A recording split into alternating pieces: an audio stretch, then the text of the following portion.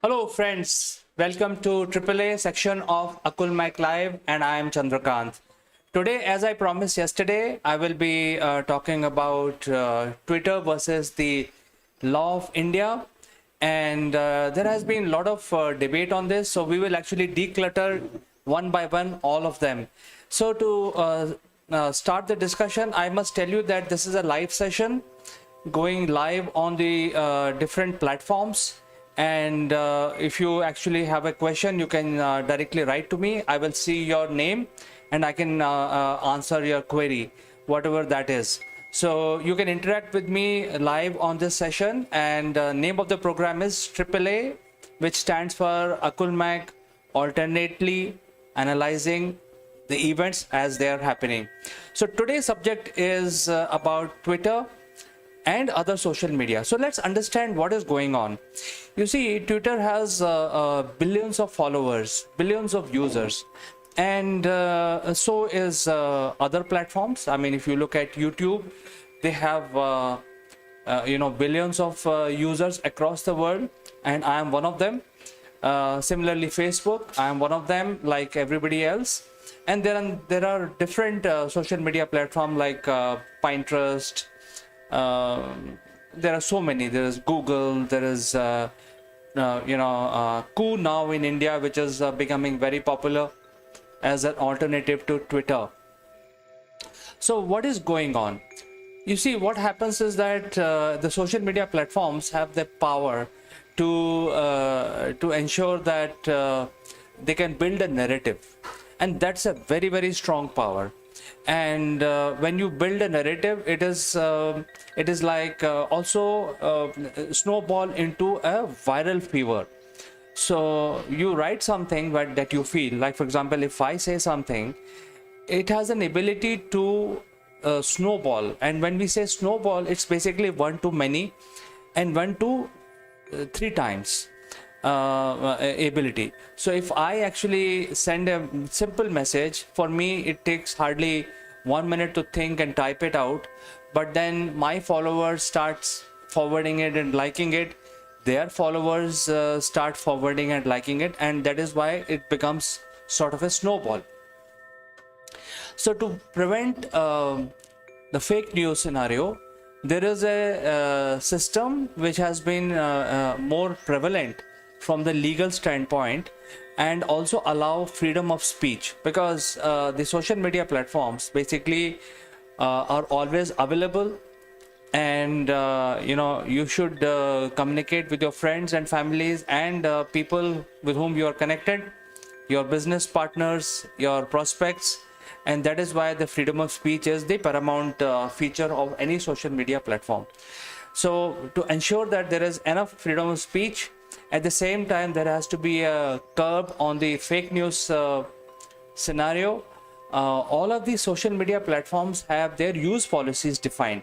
So when you sign up for the social media usage for your own personal or business purpose, you actually sign up the use policies. In addition to the use policy, there is also a privacy policy. Now, when we say privacy policy, it is privacy of a third person and also yours. You don't want to disclose your telephone numbers, your addresses, so that it should not be misused. Similarly, social media platforms do not want you to give out numbers and addresses of third party, your friends, your family. So that is why there is a privacy policy, that you're not supposed to give anybody else's private information on your social media page. And it's against against the law in most of the countries. I mean, you can't. Well, you can still give the information if you have taken permission from the person or a company. So things like that are covered under privacy law. So there are always a use policy. That means how you are going to engage with people using this intermediary platform, which is called social media, and also the privacy law. So these are very, very strong. However, the problem happens when a couple of things happens basically. One is related to economy, and the other one is related to the legal system of each country. Well, most of the countries are democratic, and in the ratio of 1 to 10, there could be some countries like India and US and UK are very, very democratic because there's a lot of freedom, freedom of speech and stuff like that. So social media platforms are very, very prevalent in these countries, also in Nigeria. But then there are other countries which may not be so democratic. So when I took name of Nigeria, Nigeria has already banned Twitter in their country. So within one day, there was a tweet against the president of Nigeria, and next day Twitter was out of that country. And Nigeria is the fourth most populous country of the world.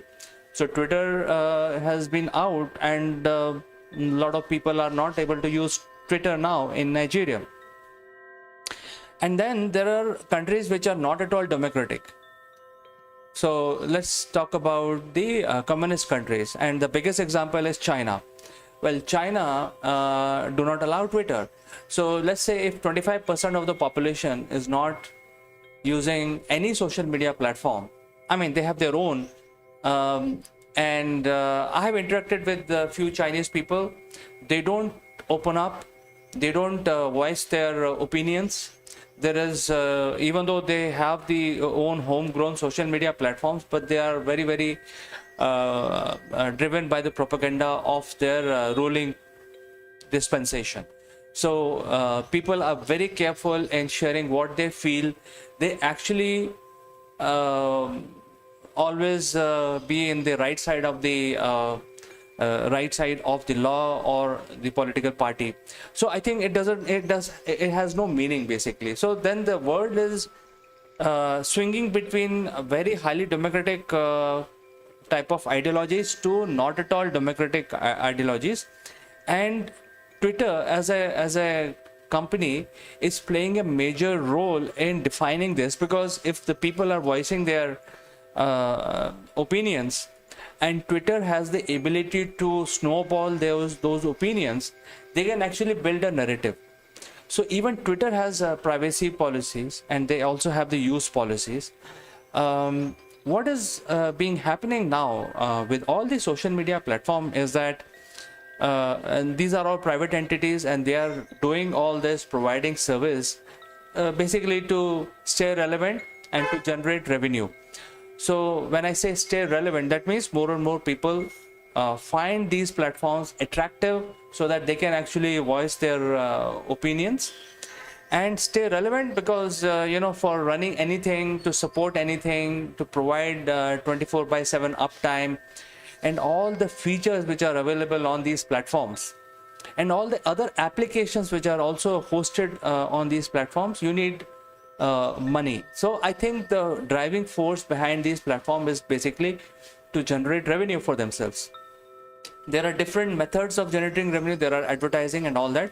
But I think lately, for past 10 to 15 years, one of the biggest revenue churner for these platforms has been the political parties across the world. And politics is all about creating a narrative. So if your narrative is that you are a simple man, even though you may be living in a lavish bungalow, if your narrative is successfully, you have been able to create a narrative that you are a very simple, down-to-earth man, and that is what Twitter will help you do. You always show those images of you where you are planting a tree, you're actually doing charity and all that, and the other side can be totally hidden. So things like that, when it happens, obviously these things are not free. The political parties across the world start paying these platforms and start creating narrative which suits them. So all kinds of political parties, whether they are left-wingers or right-wingers or left-right, middle of, whatever you call them, they are all basically paying them for creating different types of narrative. The problem with social media, I mean, it's all fine. I mean, if they continue to do that, it's all absolutely fine. It's all in good faith, because everybody is doing the same thing. If there are right-winger political party, they will make their own narrative. If there's left-winger, they will make their own narrative. if there is a balanced political party, they will also have opportunity to make their narrative. So these platforms like Google, YouTube, Facebook, Twitter, etc., LinkedIn, they actually provide their platform, take whatever subscriptions they have for running these campaigns and advertising from these political parties, and actually become an intermediary party where they say that as long as you don't violate our privacy laws and use policies, you can actually advertise, you can talk about whatever narrative you want to create, please go ahead and do that. So there is a use policy and there is a privacy policy which is already in place across all these platforms. The problem comes when these intermediaries start defining the narrative. So I think as a private entity, as a private business owner, it is always advisable not to start getting into the politics of things. If you are providing your platform for others to utilize and do whatever they want to do with that, then your position is very clear. You are actually a platform where people can come as long as they follow the use policies and privacy laws which are defined as per the country law. Then there will be no problem because you're not adding anything. But lately what we have seen, even Facebook and Twitter, they have been both accused by various governments across the world, including Indian government, of setting the narrative. So they may be taking extra fund from these political people and themselves creating those narratives. So that is where the problem is. And countries like Nigeria have taken a very harsh decision. They have actually banned Twitter from their country. There has been a lot of allegation in the US, and which is the home country of Twitter, because Twitter is an American listed organization, and across the world they have about a billion people which are using their services. About 20 to 30% of this population is from India. India is a large country, so a lot of Twitter handles are there. So what happens is that India as a country has to maintain the biggest right that has been given to the citizen of India is the right of expression, freedom of speech, right of expression. But as per the Indian law, it is not an absolute right. It is a right as long as you follow this the Constitution of India. And the Constitution of India, the sovereignty of India is paramount. So if you don't violate sovereignty of India, you can pretty much talk about anything. You have opinion, voice it. And the only thing that you can't do is you can question the sovereignty and you can question the Constitution. Constitution is very liberal. The Indian Constitution is one of the largest constitution in the world, and it has best of every ideology that can happen. And that is why India as a country is a very diverse country, because all kinds of ideology exist, coexist and live together. So the only condition in Indian law is that you should not be talking about anything which is anti-national. Apart from that, if you want to abuse somebody, you are most welcome to abuse without revealing their privacies. So that is how the law works. And then there is a IT Act also. So under the IT Act, there are things like which are very similar world over and stuff like that. Now, most of these laws are global in nature. So if you violate something in India, it will have repercussions in 150 other countries.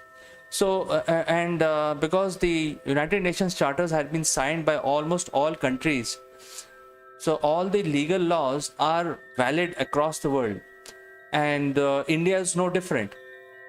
So what is happening is that when you set up these narratives which are anti-India in nature, the government of India has warned the social media platform not to get into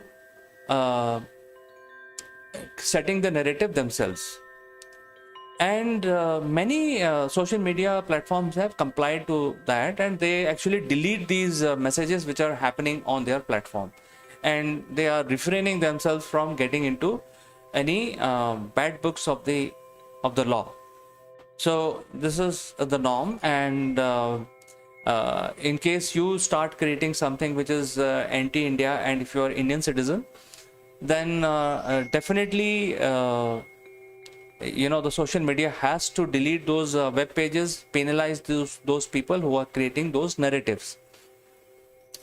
And as long as you do that, the Indian law system does not have any problem with you operating as a foreign company in India and make money, because I think the money churning from India is also very high because of the population here and a lot of users.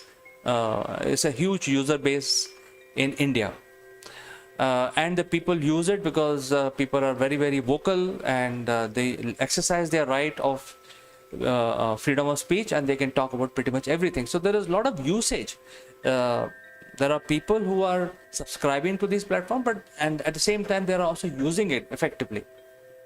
So these are the two things. What has happened is that the Twitter has openly started saying that, hey, they are left-leaning, and across the world they have been themselves or their people or their own officers who are working for them are trying to create a sort of a narrative. The other thing that Twitter is doing very effectively is they have something called blue tick, and blue tick is a very big deal when it comes to Twitter, because I have tried to get blue tick, I didn't get it. So you have to be really, really higher up in the hierarchy. You have to be really politically connected, or you have to be really very popular person to get blue tick. And blue tick basically means that you have been verified by Twitter as per their standards. So you have to be very popular. You as an individual have ability to swing your opinion because you have 50 million followers and stuff like that. And your address and your KYC has been done, which is quite strict. And then after that, you have been given a blue tick. And these blue tick people are very few, and they actually start creating a narrative because they have huge fan following. The Twitter must delete those blue tick accounts in case if they are violating any laws. So that is where the problem with Twitter is, where they have not been following the Indian law, and in case there is something which is happening which is against the law, then the Twitter says that we don't follow Indian law, and that is very arrogant. They come across like a very arrogant organization where they say that, hey, I don't care about Indian laws, all I care about is the my own law which I have created on my website, which is use policy and the privacy laws. So as long as people don't violate those, I'm not going to follow Indian law. So this whole tussle has been going on for several years now. I think 5 to 6 years, where several notices have been sent to Twitter, and the Indian Twitter office simply forward those letters to US saying that we have nothing to do with the legal system. It's all taken care from US, from the headquarters. So they don't own any responsibility of answering to the government, and all the responses are being sent by the legal team from US to India. So government has been very patient, and for like 5 to 6 years they have been sending several notices, and they are saying that many times engineered riots are created. In fact, it has happened in Capitol Hill also in the US. Soon after Trump was declared as a Biden was declared as a president and Trump was going out, there was engineered chaos in Capitol Hill. So similarly, the engineered chaos is also created many times, and when the government says we have identified these are the handles and these are the people who are actually creating fake news, and they inform the Twitter, Facebook and YouTube, etc., LinkedIn and all those different platforms, all others comply to Indian government request, and they remove those people who are trying to peddle the and WhatsApp, for example, peddle the fake news or creating a narrative which could be very, very bad for maintaining social harmony and peace. But Twitter, on the other hand, does not do that. Twitter has been very arrogantly saying that, hey, I am not bound to follow these requests, and since I am having my own privacy policies and use policies, so they have not been removing these blue tick handle who are creating different narratives. And I'm just talking about India because I'm an Indian, but I think it must be happening everywhere. And because of the people base, Twitter is drawing a lot of power. I mean, if you look at the Twitter followers, they're as much as Indian population. It's like 1 billion followers they have. So if they are such a big community of people, they can drive the narrative. Look at the smaller countries. There are smaller countries, they can topple the government, they can create a narrative, and overnight things will change. So, that is the kind of power these guys have. And without violating the freedom of speech and the platform being available for all citizens, government requested 3 simple things from all social media platforms. Number 1, self-governance. And that applies to people like us also, who are basically content creators and hosting on the social media platform. So when I'm actually talking about something, it is related to self-governance. Similarly, same law is applicable to platforms where they have to govern themselves, and as long as they have a self-governance system which does not violate Indian law, Indian government is fine. And to do that, they are asking for 3 things, because they said that you think about what you want to do, think about what is the best way to self-govern yourself.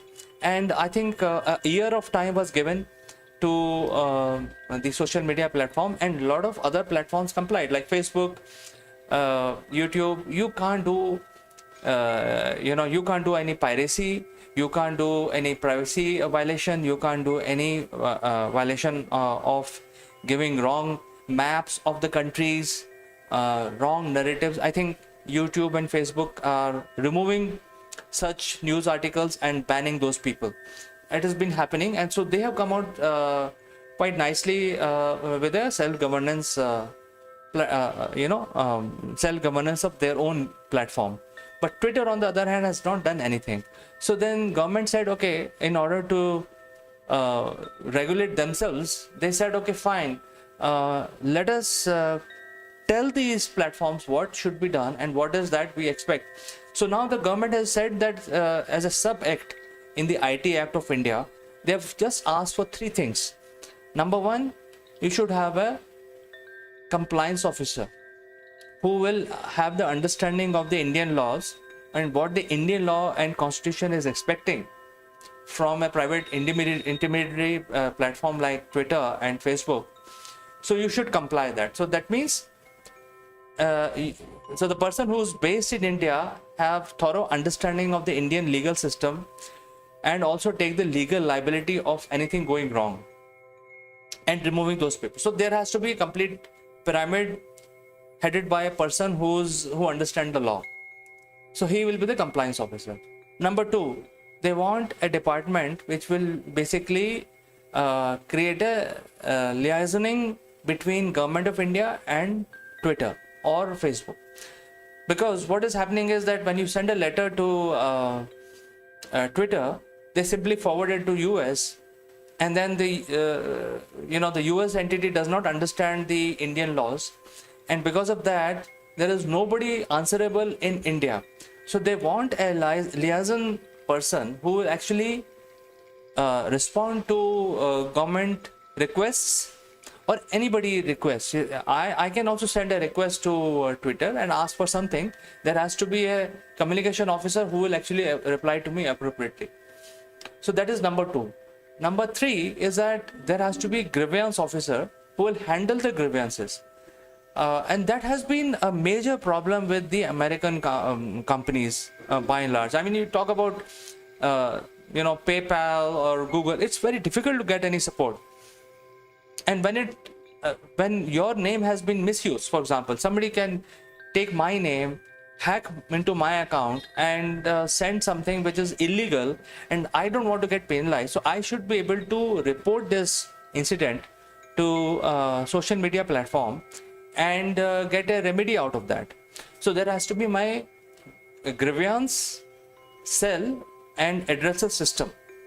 So these are the three things which have been added into the IT Act, and everybody is affected by it. You know, we as a IT user also get affected by it, and similarly any private organization or government organizations are also affected by it. And at the same time, any foreign entity will have to follow these laws. That means they have to have a compliance officer, a grievance officer, and a liaisoning officer. I think these are very simple demands.